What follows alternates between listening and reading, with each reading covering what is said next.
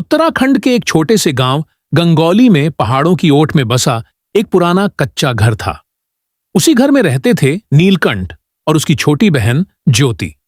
माँ बाप का साया बचपन में ही उठ गया था और तब से नीलकंठ ही उसके लिए माँ बाप और सबसे बड़ा भाई बन गया। नीलकंठ लकड़ियां काटकर, कभी खेतों में मजदूरी करके तो कभी शहर जाकर राजमिस्त्री बनकर ज्योति को पालता रहा। हर रक्षाबंधन पर ज्योति अपने भाई की कलाई पर राखी बांधती और कहती, भैया तुम दुनिया के सबसे अच्छे भाई हो। मैं तो बस चाहती हूं कि आप कभी थको नहीं, कभी टूटो नहीं। और नीलकंठ हंसकर कहता, तू बांधती है ना ये डोर, यही तो मेरी ताकत है। ज्योति बहुत होशियार थी। नीलकंठ ने कर्ज लेकर उसे शहर भेजा, पढ़ने, आगे बढ़ने और जिंदगी बदलने। तू बनेगी, फिर इस गांव में सबको मुफ्त दवाई देगी, नीलकंठ कहा करता। ज्योति शहर चली गई और जिंदगी बदलने लगी। हर साल राखी पर वह जरूर गांव आती, नीलकंठ की कलाई पर राखी बांधती और फिर लौट जाती। पर एक साल रक्षाबंधन आने को था और नीलकंठ हर दिन चिट्ठी। ज्योति बहुत होशियार थी। नीलकंठ ने कर्ज लेकर उसे शहर भेजा, पढ़ने, आगे बढ़ने और जिंदगी बदलने। तू बनेगी, फिर इस गांव में सबको मुफ्त दवाई देगी, नीलकंठ कहा करता। ज्योति शहर चली गई और जिंदगी बदलने लगी। हर साल राखी पर वह जरूर गांव आती, नीलकंठ की कलाई पर राखी बांधती और फिर लौट जाती। पर एक साल वाले से पूछता, ज्योति का कोई पत्र आया? लेकिन ना कोई चिट्ठी आई, ना फोन। रक्षाबंधन के दिन वह पूरे गांव की दुकानों में गया। मेरी बहन के लिए सबसे सुंदर चुन्नी देना, उसने कहा।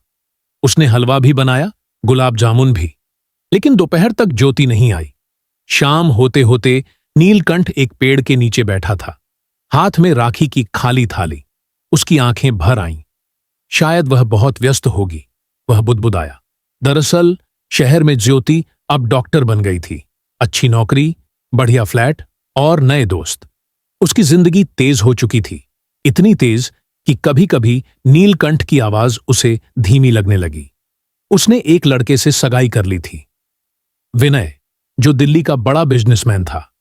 विनय को नीलकंठ के बारे में ज्यादा जानकारी नहीं थी और न ही जानने में दिलचस्पी। वो गांव वाला भाई, अच्छा, मिल लेंगे कभी, विनय अक्सर टाल देता। एक रात ज्योति ऑफिस से लौटी, बहुत थकी हुई थी। टीवी पर राखी का विज्ञापन आ रहा था। विज्ञापन में एक छोटा बच्चा अपनी बहन की कलाई में राखी बांध रहा था। रक्षा का वचन देने के लिए नहीं, निभाने के लिए। ज्योति की आंखें भर आईं। उसे याद आया जब वह बीमार हुई थी और नीलकंठ ने अपना खून तक दिया था। जब स्कूल फीस नहीं थी तो उसने अपनी किडनी तक बेचने की बात की थी। ज्योति उसी समय उठी, ट्रैवल एजेंसी से तुरंत टिकट बुक कराया और अगले दिन सुबह की पहली बस से गांव निकल गई। गांव पहुंचते ही वह भागती हुई घर पहुंची। दरवाजा बंद था। पड़ोसी ने बताया, नीलकंठ को तेज बुखार था, तुम्हें बहुत याद कर रहा था। कल रात को उसकी हालत बिगड़ गई, हम हॉस्पिटल ले गए। ज्योति की सांस अटक गई। अब वो कैसे हैं, कहां हैं? पड़ोसी ने चुपचाप सिर झुका लिया। वो अब नहीं रहे बेटा। ज्योति जमीन पर गिर पड़ी। भैया मैं आ गई, देखो राखी लाई हूं, देखो ना। उसी वक्त गांव की बुजुर्ग औरत ने एक कागज का टुकड़ा उसे दिया।